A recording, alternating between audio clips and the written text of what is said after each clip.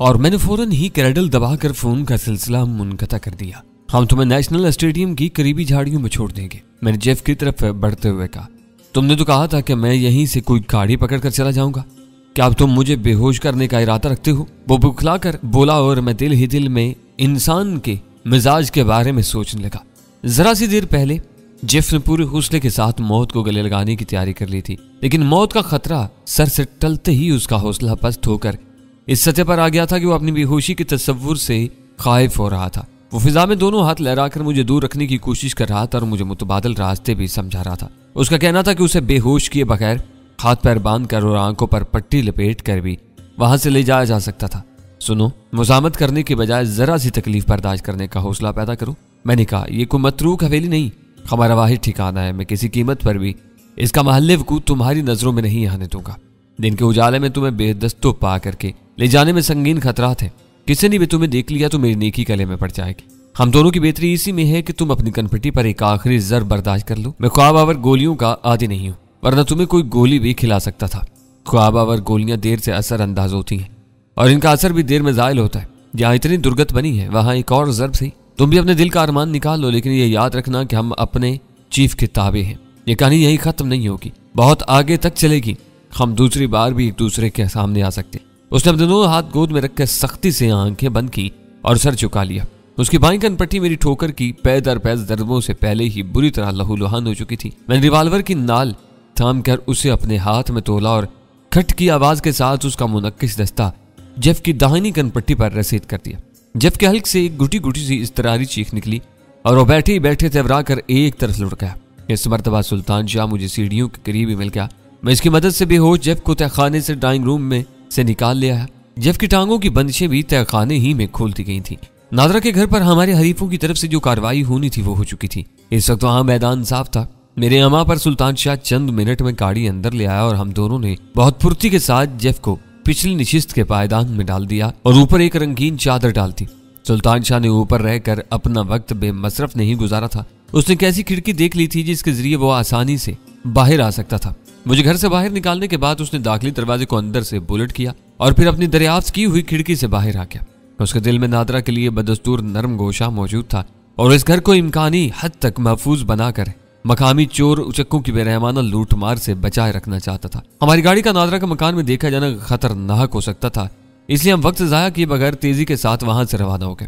हम इसे लाद कर कहां ले जा रहे हैं? चाराए फैसल पर निकल आने के बाद सुल्तान शाह ने जेफ के बारे में अपना पहला सवाल किया तो मैंने इत्मीनान का सांस लिया, वरना उसकी तवील होती हुई खामोशी से मुझे अजीब सी वहशत होने लगी थी। वो मेरी उलझन से बेखबर सड़क की तरफ मुतवज्जा था। इस वक्त अपने दुश्मनों के बारे में हम जिस हिकमत अमली पर अमल कर रहे थे, इसकी रूह से हाथ आए हुए हरीफ को जिंदा छोड़ना हराम था। इनमें से जो भी हमारे हाथ आया जहन्नुम वासिल होता चला गया, लेकिन जेफ का मुआवला मुख्तलिफ था। तहखाने में मामलात को समेटते हुए मैं सोच रहा था कि सुल्तान शाह इसे जिंदा देखते ही मुझ पर सवालात की भरमार कर देगा, मगर उसने खिलाफत तो अक्का मुझसे एक लफ्ज भी नहीं पूछा था। आगे से गाड़ी मोड़ लेना, इसे नेशनल स्टेडियम के नवाब में उगी हुई झाड़ियों में डालना है। मैंने कहा, इसे किसी मजबूरी के तहत जिंदा छोड़ रहे हो या ये भी कोई मसलहत है? कैद में आए हुए शख्स की तरफ से क्या मजबूरी हो सकती है? बस इसे मसलहत ही समझो। इसने और गैरी हार्ट ने रास अलमेडा के खौफ के बावजूद मुझे ब्लैक हाक का नंबर दे दिया। इस गैर मामूली ताउन के नतीजे में जेफ जिंदा रहने का हकदार हो गया था। ब्लैक हाक का फोन नंबर मालूम करने के बाद भी तुम इसके दिल में सुराख कर देते तो कौन तुम्हारा हाथ पकड़ लेता? मालूम होता है कि अब तुम इसे चारा बनाकर रास अलमेडा को घेरने की कोशिश करना चाहते हो। ये तुम ठीक समझ रहे हो। गैरी हार्ट को अंदाजा है कि जेफ को जिंदा छोड़कर मैंने उसे बहुत बड़ी राहत दी है। गैरी ने मेरे इस एहसान का बदला चुकाने का बुलंदोबांग दावा किया है। इसके दावे से कतई नजर मुझे इस बात का पूरा यकीन है कि इनके दिल में मेरी तरफ से एक नरम गोशा हमेशा मौजूद रहेगा। दूसरी तरफ रास अलमेडा जेफ की पूरी इसरार वापसी पर चक्कर में पड़ जाएगा। मेरा मकसद भी यही है कि इन लोगों की सफों में बददिली और इंतजार फैले। यानी एक दूसरे पर एतमाद नहीं रहेगा तो ये कदम कदम पर ठोकरे खाते रहेंगे। और ब्लैक हाक का क्या बनेगा? सुल्तान शाह ने मुतजस्सिस लहजा में पूछा। फिलहाल इसे भूले रहो। मैंने इन दोनों की हिचकिचाहट देखते हुए उसका फोन नंबर हासिल करने पर जोर दिया, वरना मुझे मालूम है कि ब्लैक हाक भी रास अलमेडा के बारे में कोई कारामद बात नहीं बता सकेगा। यूं समझो कि ब्लैक हाक के फोन नंबर की सूरत में मुझे गैरी और जेफ को ब्लैकमेल करने का मवाद मिल गया है। जब भी इन दोनों ने तेजी दिखाने की कोशिश की, मैंने ये धमकी दे सकूंगा कि मैं जेफ की रिहाई के सिलसिले में होने वाली सौदेबाजी रास अलमेडा के इल्म में लाने का इरादा रखता हूँ। यह बात रास के इल्म में आ गई तो वो मुश्तिल होकर इन दोनों की मौत का फैसला भी सादर कर सकता है। तो यूं कहो कि तुमने रास अलमेडा की नफरी जंजीर की 2 कड़ियां कमजोर कर दी हैं। जेफ को जिंदा छोड़कर हमें कोई नुकसान नहीं पहुंचा। इस अमल के नतीजे में आखिरकार हमें कोई न कोई फायदा ही पहुंचेगा। हो सकता है कि कारकर्दगी कर जाने की वजह से रास अलमेडा यहाँ से अपना बोरिया बिस्तर समेटने पर मजबूर हो जाए। मुझे ये सारी भाग दौड़ जाती लड़ाई का रंग इख्तियार करती हुई नजर आ रही है। वो चंद सानियों की तवक्कुफ के बाद बोला, वो हमें पकड़ने या मारने के दर पे है और हम इनके आदमियों का पीछा कर रहे हैं। इस बेमकसद लड़ाई से मुझे थोड़ी सी उकताहट महसूस होने लगी है। जब तक कोई बड़ा मकसद सामने ना हो, दुश्मन का सर कुचलने में लुत्फ नहीं आता। पता नहीं ये सूरत हाल कब तक इस डगर पर चलती रहेगी। जाती तहफ्फुज़ ही इंसानी जिंदगी का सबसे बड़ा मकसद होता है। गर्दन कट जाने के बाद सब कुछ खत्म हो जाता है। लेकिन मुझे यकीन है कि रास अलमेडा सिर्फ मुझे पकड़ने या मारने के लिए पाकिस्तान नहीं आया। इन लोगों की रेशा दवानियों का एक तवील सिलसिला तुम्हारे सामने है। रास अलमेडा की यहाँ मौजूदगी इसी सिलसिले की कड़ी है। वो मुझे अपने रास्ते की सबसे बड़ी रुकावट समझते हुए मेरे पीछे पड़ा हुआ है। मुझे ठिकाने लगाने की कोशिश के साथ ही वो अपने असल मिशन पर भी काम कर रहा होगा। यही तो मैं भी जानना चाहता हूँ कि उसका असल मिशन क्या है। अभी तक कोई बात खुलकर सामने नहीं आ सकी, लेकिन यह तय है कि ब्लू क्रॉस डील की कामयाब तकमील के बाद ही इन लोगों ने ज्यादा सर उठाया है। अव्वल खान से हमारा राब्ता मुनक़ता हो चुका है, वरना वो अंतर की खबरें लाता रहता था। यही वो सब उलझने थी जिनकी वजह से मैं जेफ के ऑपरेटर्स की मौजूदगी को पोशीदा रखने की सर तोड़ कोशिश कर रहा हूँ।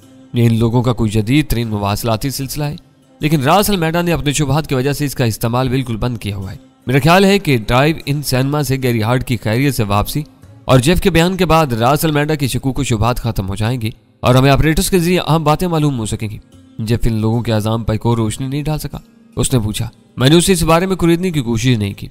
गैरी और जेफ जिस इनेमाग से नादरा पर काम कर रहे थे, इसके बिना पर मैंने पहले ही यह राय कायम कर ली थी कि इन दोनों को सिर्फ मेरी सरकोबी का काम सौंप कर मैदान में उतारा गया है। इनके महदूद किरदार की वजह से रास अलमेडा ने खुद इन पर जाहिर नहीं किया था कि चीफ बनकर इनसे काम लेता रहा। हो सकता है कि वो मेरा किस्सा निमट जाने के बाद इन दोनों से दूसरे काम लेने का इरादा रखता हूँ। फिर कार में खामोशी छा गई।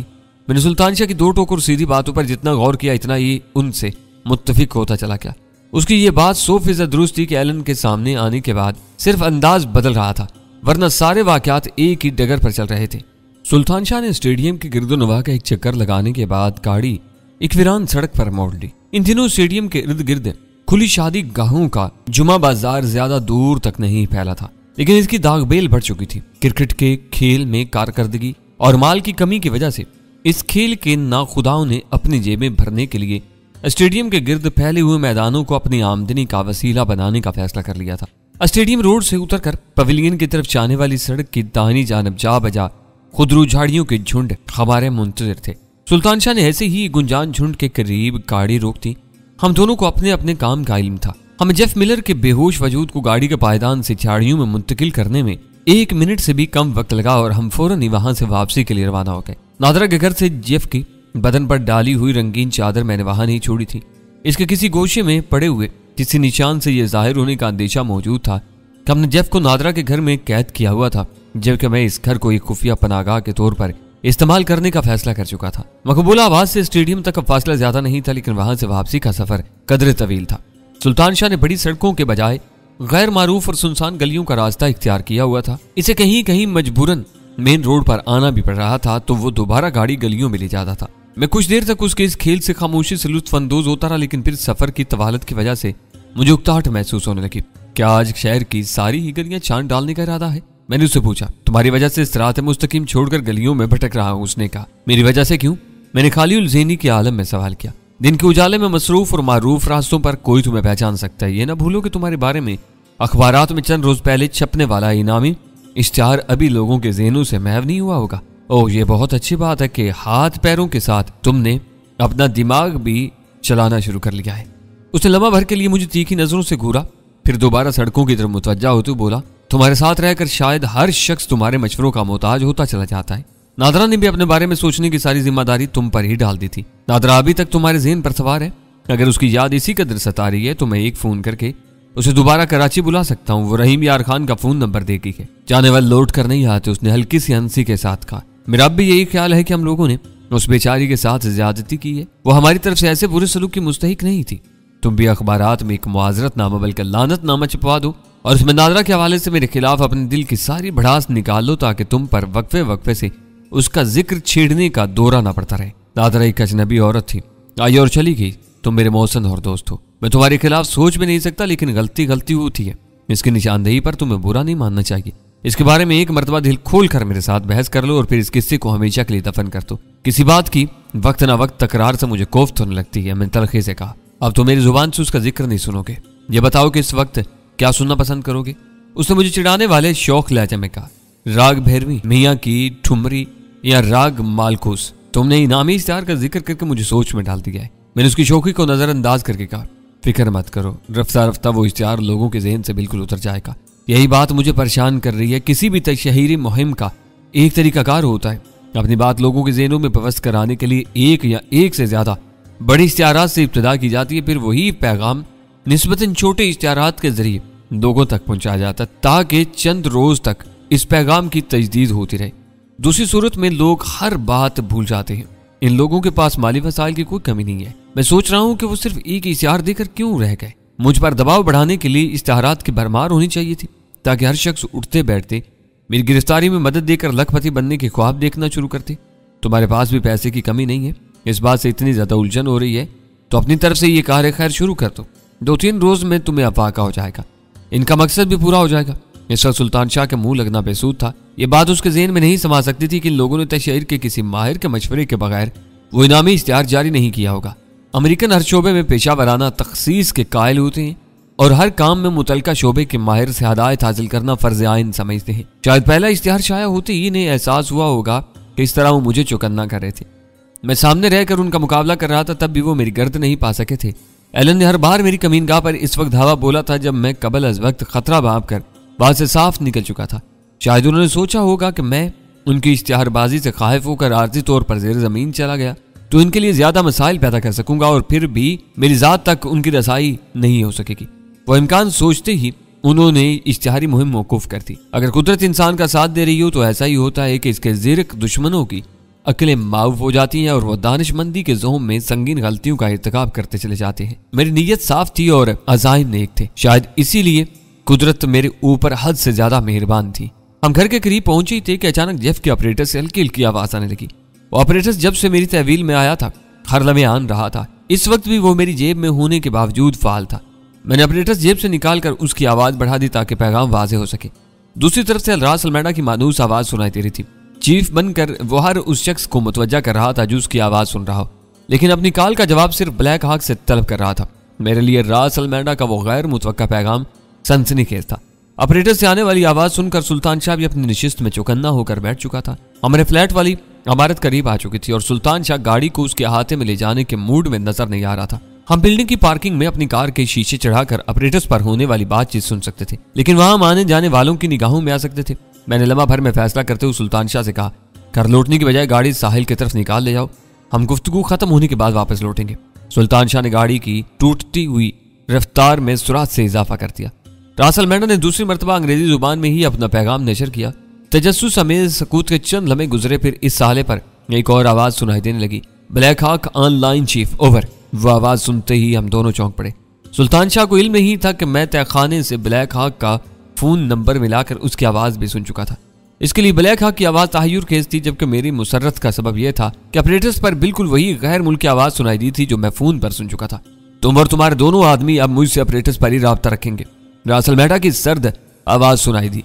जेफ मिलर का ऑपरेटर्स गैर मुतलका हाथों में पहुंचने की तरदीद हो चुकी है। पिछली रात ड्राइव इन सिनेमा पर तुम खुद देख चुके हो कि गैरी हार्ट के लिए कोई वहां मौजूद नहीं था। मैं फोन पर नहीं मिलूंगा, जरूरत और हालात के तहत मेरे ठिकाने बदलते रहेंगे, मगर मैं तुमको अपने बारे में बाखबर रखूंगा।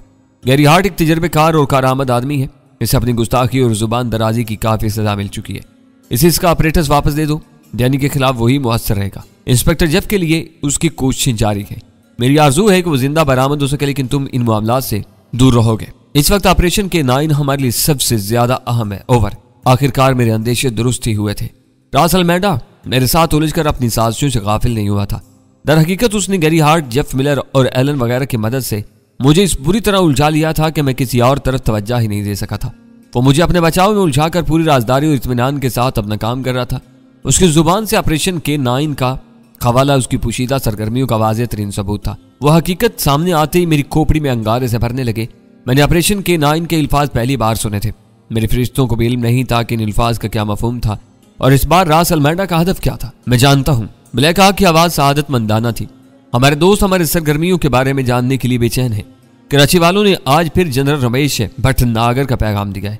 वो जानना चाहता है कि हमें फिजाई रास्तों की तफसीरात किस लिए मतलूब है। ओवर। जनरल भटनागर से कहो कि वो अपनी हदूद से तजावुज न करे। ब्लैक हॉक से मिलने वाली इतलात पर रास अलमेडा बरहम हो गया। उसे जो कुछ कहा जा रहा है तेजी से उस पर अमल करे। मुझे तफसीली नक्शों के साथ हर रूट दरकार है। कल तक ये चीजें नहीं मिली तो इसके एविएशन रिसर्च सेंटर को मिलने वाले वो दोनों त्यारे कभी अंबाला नहीं पहुंचेंगे जिनके जरिए राह वाले पड़ोसियों पर अपनी मवासलाती बर्तरी का सिक्का जमाने के ख्वाब देख रहे हैं। मुफाहमत दो तरफा होती है। मुझसे ताउन किए बगैर वो कुछ भी हासिल नहीं कर सकेंगे। ओवर। मैं जनरल के रुतबे की वजह से खामोश रहने पर मजबूर हो गया, वरना मैं भी करपाल सिंह को कमोबेश यही सब कुछ कहने वाला था। वो पिछले 4 दिन से ये काम लिए बैठा है और मेरे आदमियों का वक्त बर्बाद हो रहा है। ओवर। जनरल भटनागर उल्लू का पट्टा है। आदमी का रुतबा उसकी रैंक से नहीं, उसकी कारकर्दगी से बुलंद होता है। वह आज आर का सरबराज सिर्फ इसलिए कि उसे 2 साल तक अमेरिका में तरबियत दी गई है।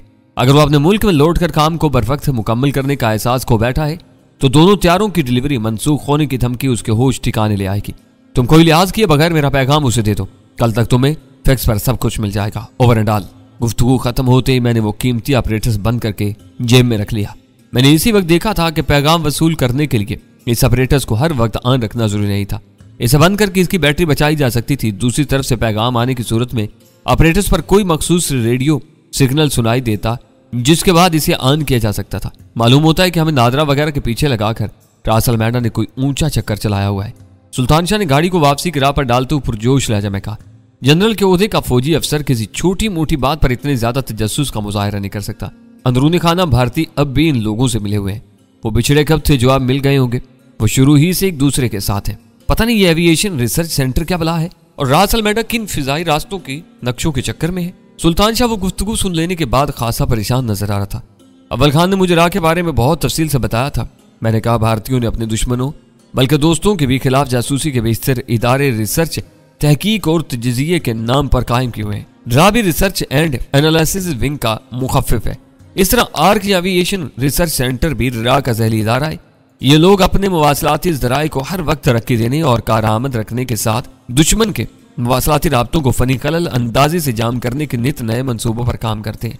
अपने मकासद के हसूल के लिए इनके पास रेडार से लेकर त्यारे तक मौजूद हैं और दुश्मन के ठिकानों के करीब महवे परवाज होकर बदतरीन रेडियाई शोर के जरिए हर लासिल्की आले को नाकारा कर देते हैं। मुल्ला सरकार वाले ब्लैक कैट्स रा के वो तरबियत याफ्ता गोरीले हैं जो दुश्मन के इलाके में मखसूस कार्रवाइयां करने के माहिर होते हैं। इसी तरह इनके और शोबे भी हैं जिनमें SSB और E-22 शामिल हैं। इस वक्त की गुफ्तगू से अंदाजा हो रहा है कि जनरल रमेश भटनागर आर्क नामी इदारे का सरबराह है और रास अलमेडा इससे खास किस्म के फिजाई रास्तों के तफसीली नक्शे हासिल करना चाह रहा है। हालात निशानदेही कर रहे हैं कि इन नक्शों का ताल्लुक पाकिस्तान से जरूर होगा। सुल्तान शाह ने वफूर जोश से मेरी बात उड़ा दी और बोला, रास अलमेडा एक मुतासब और नस्ल परस्त यहूदी है। इसकी बातों पर इस हवाले से सोचकर मेरे रोंगटे खड़े हो गए। तुम क्या कहना चाह रहे हो? मैंने पुरतशवीश नजरों से उसकी तरफ देखते हुए पूछा। कुछ अर्सा पहले अफवाहें सुनने में आई थी कि इराक की एटमी तंसीबात पर कामयाब बमबारी के बाद अब इसराइली क़यादत भारतीयों की ताउन से काहोटा की तंसीबात और लेबॉर्ट्रीज पर भरपूर फिजाई हमला करने का मंसूबा बना रहे हैं ताकि किसी भी इस्लामी मुल्क के एटमी ताकत बनने के इम्कान को हमेशा के लिए खत्म किया जा सके। मैं बेयकीनी से आंखें फाड़ कर उसे घूरता रहा। वो सड़क पर से नजरें हटाए बगैर कह रहा था, हो सकता है कि रास अलमेडा यहाँ बैठकर इसी साजिश पर काम कर रहा हो। फिजाई रास्तों की तफसीली नक्शों और इस इलाके की मुकम्मल मालूमात के बगैर इसराइली हवाबाज पाकिस्तानी सरहदों में नहीं आ सकते। नहीं, मैंने एक झुरझुरी लेकर बेअतबारी से उसकी बात काट दी। यह नहीं हो सकता, यह अमला नामुमकिन है। तुम बहुत दूर की बात सोच रहे हो। ऐसे मिशन फैक्स, फोन और ट्रांसमीटर की मदद से पाया तकमील तक नहीं पहुंचाए जाते। यहाँ से इसराइल का फिजाई फासला बहुत ज्यादा है। इनके चारे भारी गोला बारूद लेकर कई मुल्कों पर से गुजर कर बराह रास्त यहाँ तक नहीं पहुंच सकते। ये बिल्कुल नाकाबिले अमल मंसूबा होगा। इसके लिए रास अलमेडा को कराची में बैठकर तैयारियां करने की जरूरत नहीं थी। इसके लिए सबसे बेहतर सूरत यह होती कि मजे हुए इसराइली हवाबाज कुछ अरसा तक श्रीनगर या पठानकोट के हवाई अड्डों से जहाज उड़ाकर इन इलाकों के बारे में तरबियत और महारत हासिल करते।